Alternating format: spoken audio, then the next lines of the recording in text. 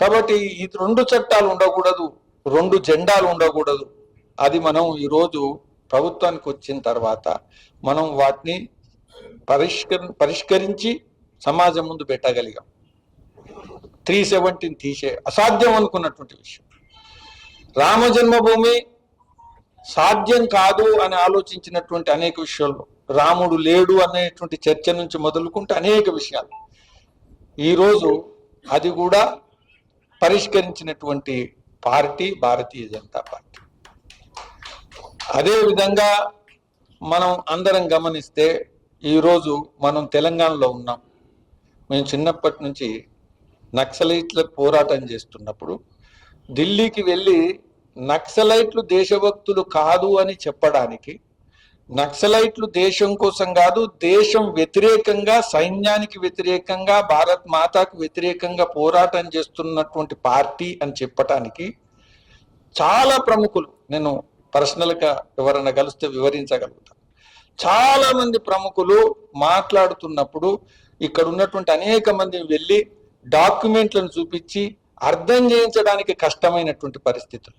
ఈరోజు పార్లమెంట్ మొన్న నడుస్తున్నప్పుడు, నక్సలైట్ల చర్చ నడుస్తున్నప్పుడు కాంగ్రెస్ పార్టీ ఏంది, మీరందరు క్రెడిట్ తీసుకోవడం మంచిది కాదు, ఎందుకంటే మేము కూడా పనిచేసినాం. వాస్తవంగా కరెక్ట్. కాంగ్రెస్ లో నాయకులు చాలా మంది నక్సలైట్లతో హత్య గావించబడ్డారు, నాకు కూడా చాలా దగ్గర ఉన్నటువంటి వాళ్ళు కూడా. కానీ కాంగ్రెస్ పార్టీకి నక్సలైట్లను వ్యతిరేకించింది వాస్తవమే, నక్సలైట్లతో కలిసి పనిచేసింది కూడా వాస్తవం. అంటే క్రెడిట్ వాళ్ళు అటు వచ్చినా తీసుకుంటారు, ఇటు వచ్చినా తీసుకుంటారు. ఒకవేళ విప్లవం అనేటువంటిది కనుక గెలిస్తే మేము కూడా మీకు సహకరించమని మళ్ళీ పార్లమెంట్లో మాట్లాడగలిగే పార్టీ కాంగ్రెస్ పార్టీ. పోరాటం చేస్తే మేము పోరాటం చేసినాం. కానీ ప్రతిపక్షంలో ఒక సామర్థ్యం లేనప్పుడు కూడా, అంటే మన పార్టీకి గుర్తింపు లేనప్పుడు కూడా ప్రాణాలను అర్పించి నక్సలైట్లను శత్రువులుగా, దేశానికి శత్రువులుగా, నాకు వ్యక్తిగతంగా, మీకు వ్యక్తిగతంగా, మన పార్టీకి వ్యక్తిగతంగా ఎవ్వరు శత్రువులు కాదు వాళ్ళు, కానీ దేశానికి వ్యతిరేకంగా భావించి పోరాటం చేసినటువంటి పార్టీ భారతీయ జనతా పార్టీ. ఈరోజు మనం ప్రభుత్వంకి వచ్చిన తర్వాత దీర్ఘకాలికంగా దేశం ముందు ఉండేటువంటి సమస్యను పూర్తిగా పరిష్కరించినటువంటి పార్టీ భారతీయ జనతా పార్టీ. కాబట్టి భారతీయ జనతా పార్టీ దేశం కోసం, సమాజం కోసం అనేక విషయాలు, అంత్యోదయ ఇటువంటి అనేక విషయాలు. కాబట్టి భారతీయ జనతా పార్టీ ఉంటే భారతదేశం ఈ విధంగా ఉంటుంది. భారతదేశం ఇలా ఉండాలనుకుంటే భారతీయ జనతా పార్టీ బలంగా ఉండాలా అనేటువంటి పద్ధతిలో రాజకీయాలను తీసుకెళ్తున్నటువంటి పార్టీ మనది. కాబట్టి ఈ సందర్భంగా మనందరం కూడా కార్యకర్తలం. రాబోయేటువంటి రోజుల్లో అన్ని రాష్ట్రాల్లో భారతీయ జనతా పార్టీ బలవంతమైంది. మన ముందు ఎక్కడ కూడా బలంగా లేనటువంటి రాష్ట్రాలలో కూడా ప్రభుత్వాలకు వచ్చినటువంటి సందర్భాలు ఉన్నాయి. కాబట్టి ఇక్కడ ఉన్నటువంటి వాళ్ళందరి భవిష్యత్తు బాగుపడాలంటే, దేశం భవిష్యత్తు, రాష్ట్రం భవిష్యత్తు, మన వ్యక్తిగత భవిష్యత్తులు కూడా ఉజ్వలంగా రాజకీయంగా. ఎందుకంటే ఒక కార్యకర్త ఏం కోరుకుంటాడు, 10 సంవత్సరాలు, 20 సంవత్సరాలు, 30 సంవత్సరాలు, 40 సంవత్సరాలు. ఇంకొకటి, చాలా మంది కార్యకర్తలు నాకు తెలుసు, భారతీయ జనతా పార్టీ గెలుపు లేకపోతే ఇక స్వతంత్ర జీవితం లేనటువంటి కార్యకర్తలు చాలా మంది ఉన్నారు. చాలా పార్టీల్లో పార్టీ లేకపోతే మళ్ళీ వాళ్ళ భవిష్యత్తు నష్టపోయినటువంటి వాళ్ళు చాలా పార్టీలో ఉన్నారు. వాళ్ళకేం వ్యక్తిగత భవిష్యత్తు నష్టపోదు. ఈ పార్టీ కాకపోతే ఇంకో పార్టీ, ఇంకో పార్టీ కాకపోతే ఇంకో పార్టీ. కాబట్టి పార్టీ ఉంటేనే మా భవిష్యత్తు ఉంటుంది, లేకపోతే లేదు అనేటువంటి కార్యకర్తలు చాలా మంది ఉన్నారు. వాళ్ళందరూ కూడా జీవితంలో సంతృప్తి పొందాలంటే, వాళ్ళందరూ కూడా సాధించాలనుకుంటే, ఉజ్వల భవిష్యత్తులో భాగస్వాములు కావాలనుకుంటే తెలంగాణలో భారతీయ జనతా పార్టీ బలోపేతం కావడం, అధికారంలోకి రావడం. కాబట్టి ఈ సందర్భంగా మనందరం కూడా, అనేక మంది హత్య గావించబడ్డారు.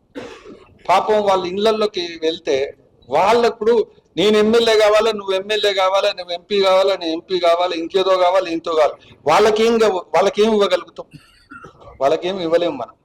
కాబట్టి వాళ్ళందరికీ కూడా ఇవ్వగలిగేది సిద్ధాంతం బలోపేతమయ్యి మనం జెండా ఎగిరేసినప్పుడు.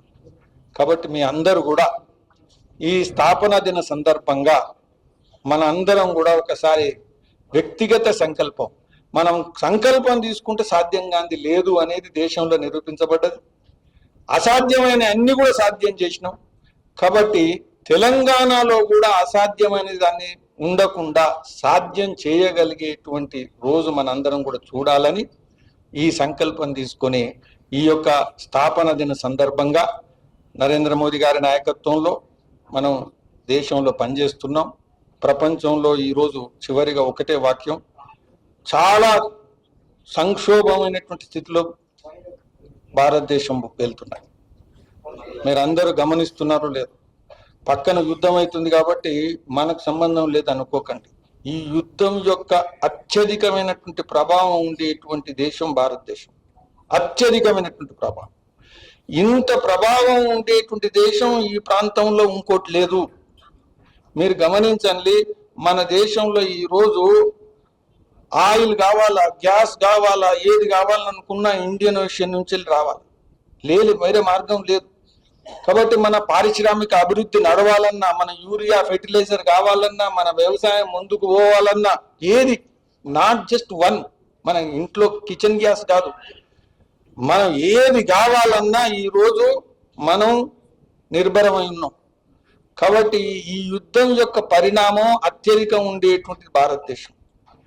మనం అందరితో సంబంధాలు కలిగినటువంటి దేశం. గమనించండి, ఇజ్రాయిల్తో మనకు డిఫెన్స్ టెక్నాలజీ చాలా అత్యవసరమైనటువంటి పరిస్థితి. ఆపరేషన్ సింధూర్లో కూడా మన అందరికి అర్థమైంది, డ్రోన్ టెక్నాలజీ కావచ్చు, ఇతర టెక్నాలజీల విషయంలో కావచ్చు.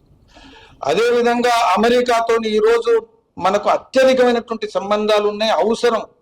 ఎందుకంటే ఇంత జనాభా అమెరికాతోనే ఆధారపడి ఉంది. అమెరికా మనకు ప్రపంచ రాజకీయాల్లో కూడా ట్రంప్ ఏ విధంగా ఉన్నప్పటికీ కూడా మనకు మిత్ర దేశం. మన 1 కోటి మంది సౌదీ అరేబియా,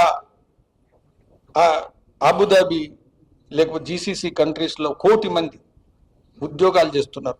అక్కడ ఏది ఏమైనా ఒక 2 బాంబులు పడితే 10 లక్షల మంది కనుక వస్తే మనం తట్టుకోలేము, మనకు చాలా కష్టమవుతుంది. కాబట్టి ఇరాన్ నుంచి మనకి ఇరాన్ సంబంధం లేదు కాదు, ఇరాన్ అత్యధికమైనటువంటి సంబంధం, ముస్లిం లేదు, ఇవన్నీ పనికిరాని విషయాలు. కాబట్టి అన్ని దేశాలతో కూడా ఈ భాగస్వామ్యమైనటువంటి యుద్ధంలో భాగస్వామ్యం లేనటువంటి అన్ని దేశాలతో కూడా మనకు సంబంధాలు ఉన్నాయి, అవసరాలు ఉన్నాయి, ఇచ్చిపుచ్చుకోవడం ఉంది. కాబట్టి దీని పరిణామం మన మీద ఉంటుంది. కాబట్టి ఈ సంక్షోభంలో మన నాయకత్వం, మన ప్రభుత్వం అత్యధికమైనటువంటి బాధ్యతాయుతంగా పనిచేయాలా చేస్తున్నది. మనం కనుక ప్రభుత్వంలో లేకపోతే ఎట్లా ఉంటుండే అనేది ఒకసారి అర్థం చేసుకోవాలి. కాబట్టి ఇంత పెద్ద సంక్షోభాన్ని రాబోయేటువంటి రోజుల్లో ఎదుర్కోగాలంటే, దీని పరిణామాలలో ఎదుర్కోవాలనుకుంటే భారతదేశానికి ఒక పటిష్టమైనటువంటి జాతీయవాద నాయకత్వం అవసరం. కాబట్టి మన బలోపేతం కావడం ఇంకా అవసరం. ఈ యొక్క సందర్భంగా ఈరోజు మనం సంకల్పం తీసుకొని మన పార్టీని కింది స్థాయిలో బలోపేతం చేయాలని ఒక సంకల్పంతో ముందుకు పోవాలని అందరికీ అవకాశం ఇచ్చినటువంటి రాష్ట్ర పార్టీకి ధన్యవాదాలు. మరియు వేదిక మీద ఉన్నటువంటి నాయకులు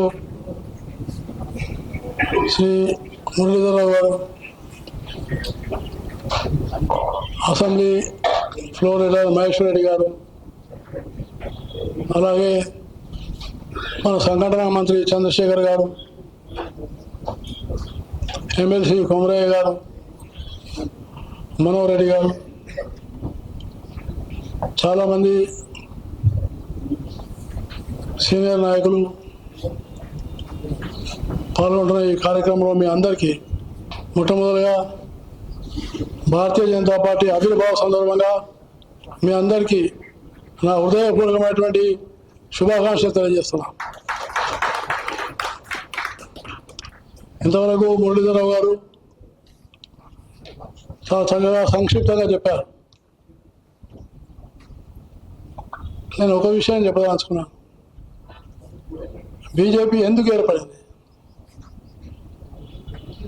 ఎందుకంటే బీజేపీ యొక్క మూలము ముందు జనసంఘ్ పార్టీ ఉండే, జనసంఘ్ పార్టీ తర్వాత బీజేపీ ఎందుకు ఏర్పడింది? ఇది భారతదేశ చరిత్రలో చాలా ముఖ్యమైన అంశం. ఎందుకంటే 75లో ఎమర్జెన్సీ విధించబడదు. ఆనాటి ప్రధానమంత్రి శ్రీమతి గాంధీ గారు ఎంతోమందిని జైల్లో వేసినారు, ప్రజాస్వామ్యాన్ని ఖూనీ చేసినారు. అప్పుడు జయప్రకాష్ నారాయణ గారి ఆధ్వర్యంలో ప్రజాస్వామ్య పరిరక్షణ ఉద్యమం జరిగింది. కాబట్టి తిరిగి భారతదేశంలో ప్రజాస్వామ్యాన్ని పునరుద్ధరించాలని, అలాగే నియంతృత్వ పోకడలను హతమార్చాలని 4 రాజకీయ పార్టీలు అవి కూడా ఏకమై 1977లో విలీనమైంది. ఇందిరాగాంధీ గారు ఎన్నికలు పెట్టినారు. ఎవరు ఊహించలేదు. నేను చంద్రబాబు జైల్లో ఉన్నా, చాలామంది జైల్లో ఉన్నారు. ఎన్నికలు 77లో ప్రకటిస్తే అసలు అభ్యర్థులు దొరుకుతారా?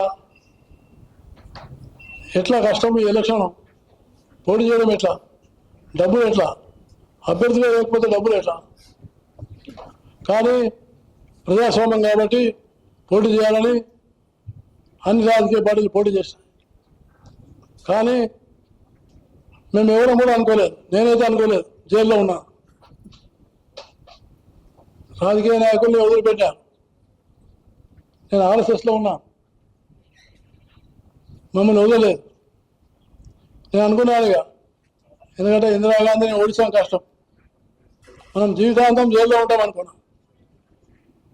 కానీ ఆశ్చర్యం ఏంటంటే ఎన్నికలు ప్రకటించిన తర్వాత అన్ని రాజకీయ పార్టీలు ఏకమై జనతా పార్టీ ఆధ్వర్యంలో ఒక ప్రచండమైనటువంటి, ఒక ఉధృతమైనటువంటి గాలి వచ్చింది. నియంతృత్వానికి వ్యతిరేకంగా ఆ గాలిలో ఇందిరాగాంధీ, సంజయ్ గాంధీ వారు కూడా ఓడిపోయారు. జనతా పార్టీకి మెజార్టీ వచ్చింది. ఆ జనతా పార్టీ దురదృష్టం, వాస్తవంగా 77 దాన్ని రెండో స్వాతంత్ర సమరయుద్ధం అంటారు. దాన్ని మొదటి స్వాతంత్ర సమరం తర్వాత అది రెండో స్వాతంత్ర సమరయుద్ధం. అట్లాంటి చారిత్రకమైన సంఘటన పుట్టినటువంటి జనతా పార్టీ ఒక 2.5 సంవత్సరంలోనే అంతర్గత కళాలతోటి పడిపోవడం జరిగింది. ఆ సందర్భంగా జనసంఘలో ఉన్నటువంటి పార్టీని బయటకు పంపాలనే ఉద్దేశంతో మిగతా పార్టీ వారు, మీరు జనసంఘ సభ్యులు ధోని సదస్యత అంటారు, అంటే 2 సభ్యత్వాలు ఉండడానికి వీల్లేదు. 2 సభ్యత్వాలు అనేటిది, మీరు ఆర్ఎస్ఎస్ వారు, రెండోది జనతా పార్టీలో ఉన్నారు. ఆర్ఎస్ఎస్ సభ్యత్వం వేరు, జనతా పార్టీ సభ్యత్వం వేరు. కాబట్టి మీరు చేసుకోండి, ఆర్ఎస్ఎస్లో ఉంటారా, జనతా పార్టీలో ఉంటారా? అంటే ఇప్పుడు అటల్ బిహారీ వాజ్పేయి గారు, అడ్వాణి గారు జనతా పార్టీ నాయకులకు తెలియజేసిన, ఆర్ఎస్ఎస్ ఒక రాజకీయ పార్టీ కాదు, దాంట్లో సభ్యత్వం లేదు, దాని సభ్యత్వం ఉండదు అంటే ఎవరు కూడా పట్టించుకోలేదు. కానీ అన్నారు వాళ్ళు, మీరు ఇక్కడ ఉంటారా అక్కడ ఉంటారా తేల్చుకోండి అంటే చెప్పినారు. ఏమని? ఆర్ఎస్ఎస్ మా తల్లి కాబట్టి మేము దాన్ని వదిలిపెట్టలేము, మీ ఇష్టం మీరే తెలుసాను అన్నారు. సో అప్పుడు ఆలోచించి భారతీయ జనతా పార్టీ ఏర్పడింది. సో అందులో నేను ఏం చెప్తున్నానంటే, భారతీయ జనతా పార్టీ అనేక విధాలుగా అభివృద్ధించిన విషయం మీ అందరూ తెలుసు, నేను చెప్పాను. కానీ అందులో చెప్పిన అంశాల్లో ముఖ్యమైన అంశాలు మురళీధర గారు చెప్పారు. కానీ నాకు బాగా గుర్తుంది, ఇది బీజేపీ కార్యకర్తలందరూ కూడా దృష్టిలో పెట్టుకోవాల్సిన అవసరం. 80లో 84లో మళ్ళీ ఎన్నికలు జరిగినాయి, పార్లమెంట్ ఎన్నికలు జరిగినాయి. ఆ పార్లమెంట్ ఎన్నికల్లో భారతీయ జనతా పార్టీ 2 సీట్లు గెలిచాయి. 2 సీట్లు గెలిచినాయి. ప్రపంచంలో ఉన్నటువంటి వారు కానీ భారతదేశంలో ఉన్నటువంటి రాజకీయ విశ్లేషకులు, రాజకీయ పండితులు వాళ్ళు కూడా చెప్పినారు ఏమని, భారత రాజకీయ చిత్రపటంలో భారతీయ జనతా పార్టీ అనేది ఉండదు అని చెప్పినారు. కానీ కార్యకర్తలు దురదృష్టతోటి సిద్ధాంతంతో కూడుకున్న పార్టీ కాబట్టి, అధికారం కోసం పదవుల కోసం ఉన్న పార్టీ కాదు కాబట్టి మళ్ళీ భారతీయ జనతా పార్టీని పునరుద్ధరణ చేసి 1998లో అటల్ బిహారీ వాజ్పేయి గారిని ప్రధానమంత్రి చేసింది ఇదే భారతీయ జనతా పార్టీ అని మీకు మనం చేస్తాం. దీని వెనుక కారణం ఏంటి? వారు చెప్పినట్టుగా జాతీయవాదం, దేశభక్తి. జాతీయవాదం, దేశభక్తి లేకపోతే సమాజం లేదు. కాబట్టి జాతీయవాదము, ఈ దేశభక్తిని దీన్ని చాలా పెంపొందింపజేసి జాతీయ భావాన్ని దేశమంతా భావింపజేశాను. సో అందువల్ల ఇవాళ నేను సగర్వంగా చెప్పగలుగుతున్నాను, అత్యధికమైనటువంటి రాష్ట్రాల్లో భారతీయ జనతా పార్టీ జెండా ఎగురుతున్నది. బహుశా నేను అనుకుంటాను 17 రాష్ట్రాల్లో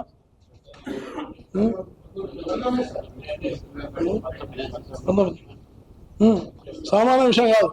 19 రాష్ట్రాల్లో భారతీయ జనతా పార్టీ అధికారంలో ఉన్నది. ముఖ్యమంత్రి అయినా, ప్రధానమంత్రి, రాష్ట్రపతి, ఉపరాష్ట్రపతి బీజేపీ నాయకులు రావడం అనేది సామాన్య విషయం కాదని నేను మీకు సభాముఖంగా తెలియజేస్తున్నాను. దీనికి కారణం ఒకటే, పదవి మీద ఆకాంక్ష లేకుండా నిస్వార్థంగా పనిచేసేటువంటి లక్షలాది మంది కార్యకర్తలు వాళ్ళు మూలం కాబట్టి భారతీయ జనతా పార్టీ నిలబడిందని నేను మీకు సభాముఖంగా మనం చేస్తున్నాను. కాబట్టి మనందరం కూడా దీన్ని విస్మరించకుండా నైతిక విలువలు పాటించాలి. రాజకీయాల్లో అన్నిటికన్నా ముఖ్యమైనది నైతిక విలువ. మన మీద నమ్మకం కలగాలి. నీతివంతుడు, నిజాయితీపరుడు, ప్రజల కోసం పనిచేస్తాడు, సమాజం కోసం జీవిస్తున్నాడు అనేటువంటి భావన కావాలి. కానీ నా ఆస్తి, నా పదవి, నా యొక్క కుటుంబం, నా బంధువులు అనే ఆలోచన కన్నా ఇది నా దేశం, ఇది నా ధర్మం, ఇది నా సమాజం అనేటువంటి భావన వస్తేనే తప్పకుండా బీజేపీ పెరుగుతుందని నేను మనసారా భావిస్తా ఉన్నాను.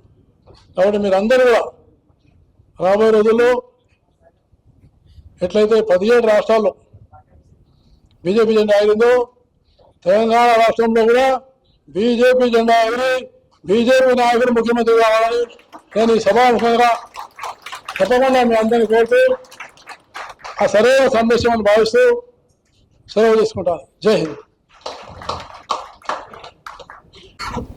ఈ కార్యక్రమానికి ముఖ్య అతిథిగా విచ్చేసినటువంటి మన రాష్ట్ర మాజీ అధ్యక్షులు, అదేవిధంగా మాజీ గవర్నర్, మాజీ మంత్రులైనటువంటి శ్రీ బండారు దత్తాత్రేయ గారు, పార్టీ సీనియర్ నాయకులు, భారతీయ జనతా పార్టీ జాతీయ ప్రధాన కార్యదర్శిగా జాతీయ స్థాయిలో అనేక బాధ్యతలను పనిచేసినటువంటి ఒక నాయకుడు, నా మిత్రుడు మురళీధరరావు గారు, ఈ కార్యక్రమంలో పాల్గొనేటటువంటి ఒక కౌన్సిల్లో ఫ్లోర్ లీడర్ అయినటువంటి ఏవిఎన్ రెడ్డి గారు, ఎమ్మెల్సీ కొమరయ్య గారు, మన డైనమిక్ ఎమ్మెల్యే రాకేష్ రెడ్డి గారు, అదేవిధంగా మన చంద్రశేఖర్ గారు సంఘటన మంత్రి, ఇక్కడ విచ్చేసినటువంటి ఒక పత్రికా మిత్రులకు, కార్యకర్తలకు, సీనియర్ నాయకులు అందరికీ కూడా పేరు పేరు నమస్కరిస్తూ, ముందుగా మన ఆవిర్భావ దినోత్సవం సందర్భంగా భారతీయ జనతా పార్టీ కార్యకర్తలకు, అదేవిధంగా సభ్యులకు, ఈ యొక్క తెలంగాణ ప్రజలు కూడా నా తరపు నుంచి, పార్టీ తరపు నుంచి నేను ముందుగా వారికి శుభాకాంక్షలు తెలియజేస్తూ ఉన్నాను. మిత్రులారా, ఇప్పుడు మురళీధరరావు గారు కానీ, దత్తాత్రేయ గారు కానీ మన పార్టీ ఆవిర్భావం విషయంలో అనేక విషయాలు మనకు ముందు పెట్టడం జరిగింది. మన పార్టీ జాతీయవాదాన్ని నమ్ముతుంది. జాతీయవాదనే ఆ రోజు కరువైంది కాబట్టి ఈ దేశంలో కాంగ్రెస్కు వ్యతిరేకంగా ఒక పార్టీ మొదలు పెట్టాలి జాతీయ భావంతో.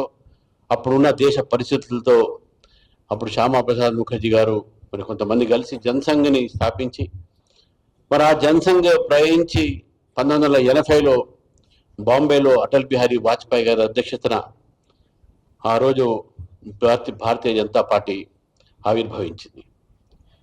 మరి కొంతమంది జనసంఘ్లో ఉన్నటువంటి కార్యకర్త కూడా ఇక్కడ ఉన్నారు. మన అశోక్ దాదా గారు ఉన్నారు, ఇక్కడ ఉన్నటువంటి ఒక చాలా మంది సాంబమూర్తి గారు ఉన్నారు. చాలా మంది జనసంఘ్లో పాల్గొనేటటువంటి ఒక కార్యకర్తలు నాయకులు ఉన్నారు. ఎమర్జెన్సీలో జైలుకు పోయిన సంఘటన ఉన్నారు. 1980 నుంచి ఈ రోజు వరకు కూడా 47 సంవత్సరాలు మనం ఈ యొక్క రాజకీయ ప్రయాణం చేస్తున్నాం. మనం భారతీయ జనతా పార్టీ ఈరోజు ఏ విధంగా అయితే మనము మనం చూసినామో, ప్రజల్లో ఏ విధంగా మన అభిమానాన్ని తీసుకొస్తున్నామో, మనకు వస్తున్నదో, ప్రజలు మనల్ని విశ్వసిస్తున్నారు, మనల్ని యాక్సెప్ట్ చేస్తున్నారు అనే విషయం ఒక్కసారి మనం గమనిస్తే, ఇంతకుముందు దత్తాత్రేయ గారు అన్నట్టు అనేక రాష్ట్రాల్లో భారతీయ జనతా పార్టీ అధికారంలో ఉన్నది. కేంద్రంలో కూడా ఈసారి 3వ సారి వచ్చింది. అంతకుముందు అటల్ బిహారీ వాజ్పేయి గారు వచ్చారు. మరి ఒక్కసారి మనం పోల్చుకోవాలి. కాంగ్రెస్ పార్టీ ఈ దేశాన్ని దాదాపు 55 నుంచి 60 సంవత్సరాలు పరిపాలిస్తే మరి అప్పుడు చేసినటువంటి ఒక అభివృద్ధి ఏంది, ఇప్పుడు చేసిన అభివృద్ధి ఏంది? ఆ రోజు అటల్ బిహారీ వాజ్పేయి గారు వచ్చే ముందు రోడ్లలో బండ్లు నడపాలంటే భయం వేసేది, ఎక్కడ యాక్సిడెంట్లు అయితే అని చెప్పేసి. గ్రామీణ ప్రాంతాల్లో పోవాలంటే బండ్లు పోకపోయేది, ఎడ్ల బండ్లతో పోయేది. కానీ అటల్ బిహారీ వాజ్పేయి గారు వచ్చిన తర్వాత ప్రధానమంత్రి కోఆర్డినేటర్ రోడ్స్ అని పెట్టేసి గ్రామీణ సడక్ యోజన కింద, ప్రధానమంత్రి గ్రామీణ సడక్ యోజన కింద బ్లాక్ టాపింగ్ రోడ్ ప్రతి ఒక్క గ్రామానికి ఆ రోజు అటల్ బిహారీ వాజ్పేయి గారు ఇవ్వడం జరిగింది. దాంతో ఈ దేశంలో ఆర్థికమైన మార్పులు కూడా వచ్చిన విషయాన్ని గుర్తుపెట్టుకోవాలి. With party with difference, Bharatiya Janata Party is party with difference. నైతిక విలువలతో మనం ఈరోజు రాజకీయాల్లో మనం రావాలనే ఆలోచన మనం చెప్పినాం. బాబు, నైతిక విలువలతోనే మనం ఈరోజు పార్టీలో రాజకీయాలు వచ్చినాం. మనం రాజకీయం అంటే కేవలం అధికారం కోసం కాదు, రాజకీయము మన సేవ కోసం కూడా మనం రాజకీయాలు చేయాలి. రాజకీయాలు మనం వచ్చిందే సేవాభావంతో వచ్చినామనే విషయాన్ని కూడా మనం గుర్తుపెట్టుకోవాలి. అధికారం అనేది రాజకీయ పార్టీకి ఒక లక్ష్యమైనప్పుడు కూడా దాంట్లో ఉన్న కార్యకర్తలకు దాంతో పాటు సేవ కూడా లక్ష్యం ఉండాలి. అందుకనే మనం అంటాం సంఘటన సేవ అంటే సంఘటన అని చెప్పేసి. అటువంటి ఆలోచనతో ఈరోజు భారతీయ జనతా పార్టీ కార్యకర్తలు దేశవ్యాప్తంగా ఉన్నారు. నాకు చాలా సంతోషం అనిపిస్తుంది. ఈరోజు తెలంగాణలో భారతీయ జనతా పార్టీ సభ్యత్వం దాదాపు 40 లక్షల పైన ఈరోజు తెలంగాణలో మనకు ఉంది. చాలా మంది అడుగుతూ ఉంటారు, మరి తెలంగాణలో భారతీయ జనతా పార్టీ అధికారంలో మీరు ఎప్పుడు వస్తారని చెప్పేసి. నేను చెప్తా ఉన్నాను, ఈరోజు రాబోయేది తెలంగాణ ప్రభుత్వమే ఈరోజు తెలంగాణలో విషయాన్ని చెప్తాను. దానికి కూడా కారణాలు ఉన్నాయి.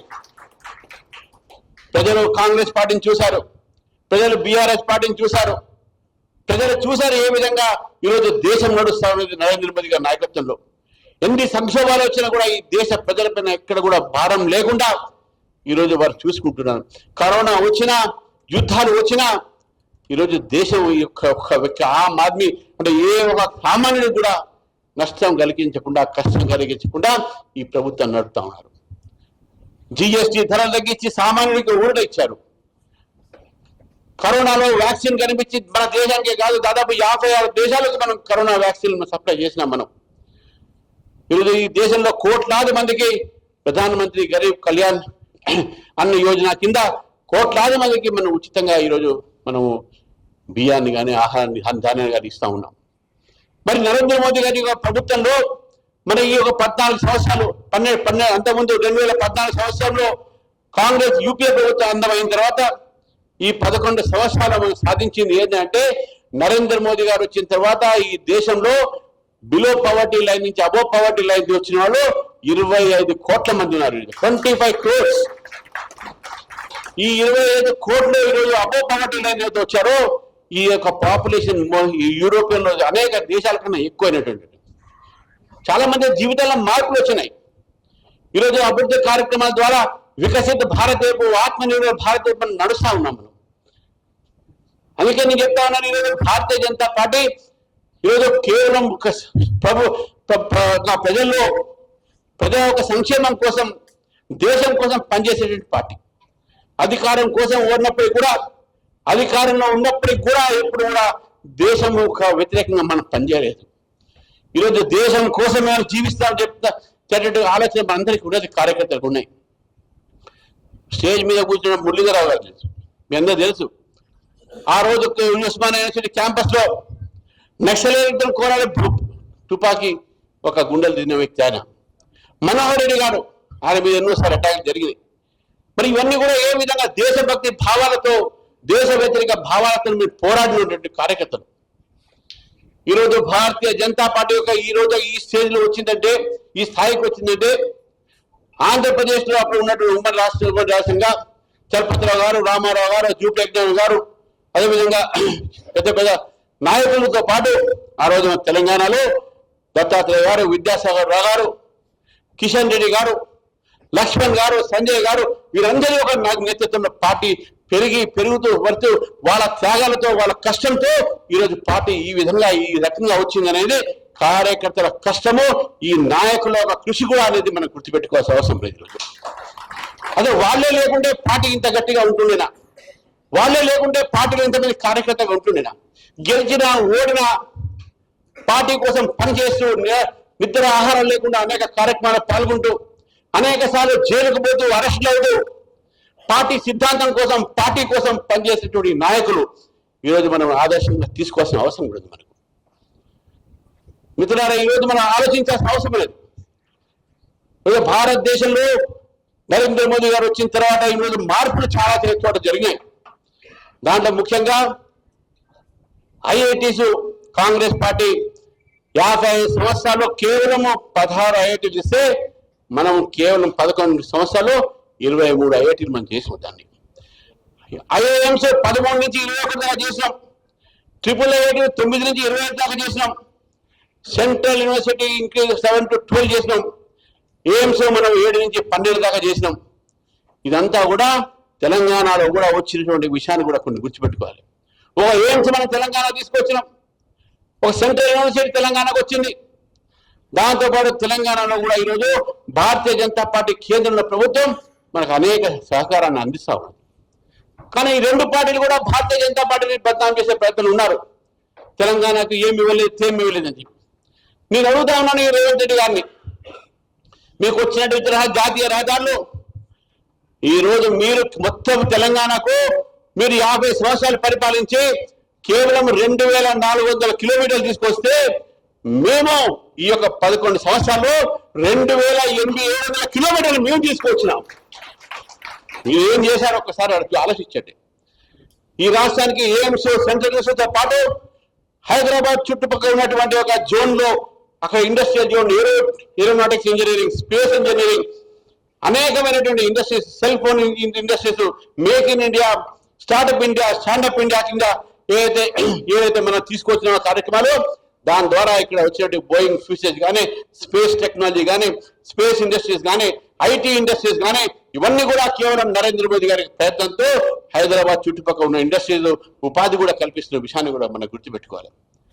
ఏమి ఇచ్చారంటే మన ఇక్కడ రామగుండం ఫర్టిలైజర్ కార్పొరేషన్ మనం ఇక్కడ తీసుకున్నాం. సోలార్ ఎనర్జీ కోసం మన ఇక్కడ 3000 మెగావాట్లకు మనం ఇక్కడ తెలంగాణకు పర్మిషన్స్ కూడా ఇవ్వడం జరిగింది. ఏ రంగంలో చూసినా రోజు కేంద్ర ప్రభుత్వం ఒక సహకారం లేని తెలంగాణ అభివృద్ధి కాలేదు అనే విషయాన్ని కూడా మనం గుర్తుపెట్టుకోవాలి. సెంట్రల్లీ స్పాన్సర్డ్ స్కీమ్స్ కింద కోట్లాది రూపాయలు ఇచ్చినాం మనం. ఈ ఒక 11 సంవత్సరాలు 13 లక్షల కోట్ల రూపాయలు తెలంగాణకు కేంద్ర ప్రభుత్వం ఇచ్చిన విషయాన్ని కూడా తెలంగాణ ప్రజలకు ఈరోజు తెలవాల్సిన అవసరం లేదు. కాబట్టి మిత్రులారా, మనం ఒకసారి ఆలోచించాలి. డబుల్ ఇంజిన్ సర్కార్ కూడా తెలంగాణ రావాలి. ఏ విధంగా అయితే ఇతర రాష్ట్రాల్లో తెలంగాణ ఏదైతే తెలంగాణతో పాటు ఇతర రాష్ట్రాలు మనం పోల్చుకుంటే భారతీయ జనతా పార్టీ పరిపాలన సంబంధించి పరిపాలిత రాష్ట్రాలు ఈరోజు చాలా వేగంగా ముందుకు వెళ్తా ఉన్నాయి. అందుకే తెలంగాణలో కూడా డబుల్ సర్కార్ కావాలి. ప్రజలు మన వైపు చూస్తూ ఉన్నారు, ప్రజలు మనం కోరుకుంటున్నారు. ఎందుకంటే వాళ్ళిద్దరిని చూశారు కాబట్టి మనం ప్రజల దగ్గర పోవాల్సిన అవసరం ఉన్నది. కార్యకర్తలుగా ప్రజల దగ్గరికి మనం నరేంద్ర మోదీ గారు చేస్తున్న కార్యక్రమాలను ముందుకు తీసుకుపోవాలి. కార్యకర్తలుగా మన పార్టీ ఐడియాలజీని, మన సిద్ధాంతాన్ని ప్రజల్లో తీసుకుపోవాలి. ఎంతో మంది కార్యకర్తలకు నిర్మాణమైన భారతీయ జనతా పార్టీ. భారతీయ జనతా పార్టీ కార్యకర్తల పార్టీ, ఒక వ్యక్తి మీద ఆధారపడిన పార్టీ కాదు. ఒక చిన్న మీకు విషయాలు చెప్పి 2 నిమిషాలు ముగిస్తాను మీకు. గతంలో జనసంఘ్లో బలరాజ్ మాధవ్ గారిని చాలా పెద్ద నాయకుడు ఉండే. నెహ్రూ తర్వాత most popular leader in India. చాలా మంది తిరగకపోవచ్చు వారు కొత్త జనరేషన్. జనసంఘ్ నా వల్లే పెద్దగా అవుతుంది, నా వల్లే పెరిగింది అనుకునేటువంటి ఒకసారి జనసంఘ్ పార్టీ వారు ఒక చిన్న విషయంలో సస్పెండ్ అయ్యారు. చివరికి ఈ రోజు ఎవరిని గుర్తుపట్టరు. అదే జనసంఘ్ భారతీయ జనతా పార్టీగా మారి ఈరోజు అధికారంలో మనం వచ్చినాము. కాబట్టి ఈ పార్టీ ఒక వ్యక్తి మీద ఎప్పుడు కూడా నిర్మాణం కాలే, ఒక వ్యక్తి మీద ఆధారపడదు. ఈ పార్టీలో కార్యకర్తలే ముఖ్యం. మనకు కార్యకర్తలే మనకు కావాలి. పార్టీలో నా మనిషి, నీ మనిషి, ఆ మనిషి, ఈ మనిషి లేదు. ఈ కార్యకర్తను కోరుతా ఉన్నాను. మనం కష్టపడదాం, ముందు పని చేద్దాం, కలిసి మెలిసి పని చేద్దాం. బాధ్యతలు అందరికీ వస్తాయి. కొంతమందికి ఒక ముందు వస్తాయి, కొంతమంది తర్వాత వస్తాయి.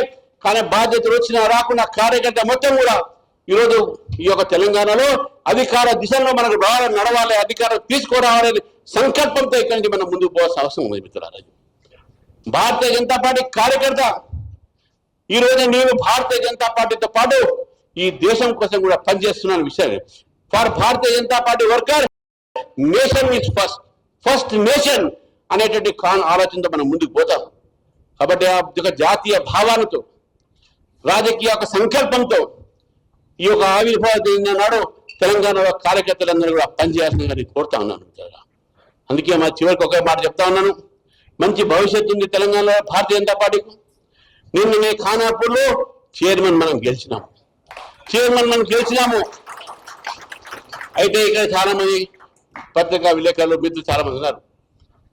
మనం ఎక్కడ కూడా ఎవరితో కూడా పొత్తుతో పోయే లేదు అని చెప్పేసి కూడా స్పష్టం చేస్తా ఉన్నాను.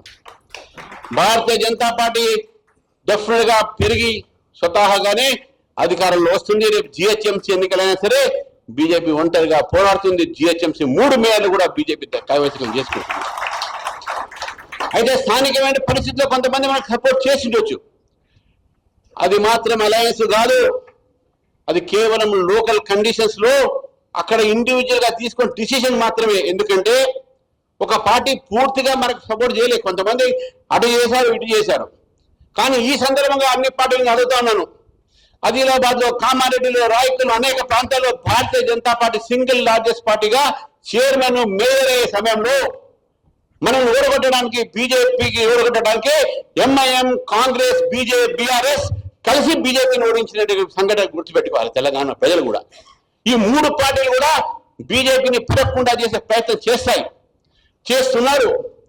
కాబట్టి Bharatiya Janata Party is no force with reckon with in Telangana. కాబట్టి భారతీయ జనతా పార్టీ యొక్క ఈలో అనేక మంది త్యాగాన్ని మనం గుర్తు చేసుకొని అటల్ బిహారీ వాజ్పేయి, లాల్ కృష్ణ అద్వానీ అనేటువంటి ఒక నాయకులు కూడా మనం ఆదర్శంగా తీసుకొని, శ్యామప్రసాద్ ముఖర్జీ, దీన్ దయాళ్ ఉపాధ్యాయ్, అసలు మన ఒక ఆలోచనలోనే అంత్యోదయ ఉన్నది. బడుగు బలహీన వర్గాల కోసం పనిచేయాలనే ఆలోచన, సబ్కా సాత్, సబ్కా వికాస్, సబ్కా ప్రయాస్, సబ్కా విశ్వాస్ అనేటువంటి సిద్ధాంతంతో మనం ముందుకు పోవాలని చెప్పిగా కార్యకర్తలను కోరుతూ, అందరి కార్యకర్తలు మనం కోరుతున్నా మనకు ఉన్నటువంటి సమయాన్ని, ఉన్న కార్యక్రమాన్ని ముందుకు తీసుకుపోయి మనం డెఫినెట్ గా భారతీయ జనతా పార్టీని తెలంగాణలో అధికారంలో తీసుకువస్తామని చెప్పేసి నాకు నమ్మకం ఉంది పూర్తిగా.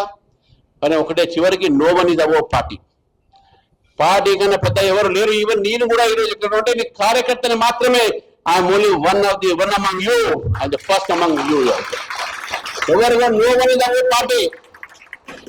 దయచేసి కార్యకర్తలకు అందరికీ నేను ఒకటే కోరుతున్నాను, సోషల్ మీడియా ముందు పోయేటప్పుడు మీ యొక్క సొంత అభిప్రాయాలు దయచేసి రూమ్లో మాట్లాడండి, దయచేసి బయట మాట్లాడకండి.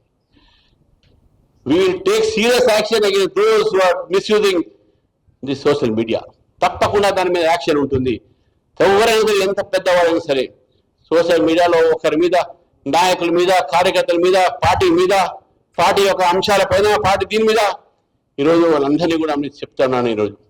ఎందుకంటే ఈరోజు కష్టపడ్డ పార్టీ, కష్టపడి కార్యకర్తలు, నాయకులు ఈ విధంగా తీసుకొచ్చారు ఈ స్థాయికి. ఇక్కడ నుంచి చూపెడుతున్న అశోక్ దాదా గారు ఉన్నారు, వెంకటరమణ గారు ఉన్నారు, యదునేని కృష్ణ గారు ఉన్నారు, సాంబమూర్తి గారు ఉన్నారు, మొదటి చైర్మన్. ఎంతో మంది కార్యక్రమం, కాసిపేట లింగయ్య గారు, రామకృష్ణ గారు, వీరందరూ కూడా ఆ రోజు పార్టీ ఏం లేనప్పుడు వాళ్ళు పార్టీలో పని చేసుకుంటూ సర్పంచ్ నుంచి ఎమ్మెల్యే దాకా అయిన వ్యక్తులు వాళ్ళు. ఏదో పార్టీ పెరుగుతున్నదంటే మన యొక్క ప్రజల ఒక యాక్సెప్టెన్స్ పెరుగుతుంది, మనకు ప్రజల ఆశీర్వాదాలు కావాలి. దయచేసి లెట్ us బి యునైటెడ్, మన ఐక్యత్వాన్ని మనం ప్రదర్శిస్తాం. మన మధ్యన ఎటువంటి ఒక భేదభావం లేకుండా కార్యకర్తలు ఒక మంచి సంప్రదాయంతో ముందుకు పోవాలని చెప్పేసి అందరిని కోరుతూ, మరి అవకాశం ఇచ్చినందుకు నిర్వాహకులకు ముఖ్యంగా ధన్యవాదాలు చెప్తూ, మనకు ఈరోజు ఆవిర్భావ దిన సందర్భంగా అందరికీ నేను ధన్యవాదాలు చెప్తూ ముగిస్తున్నాను. భారత్ మాతాకి జై, జై శ్రీరామ్.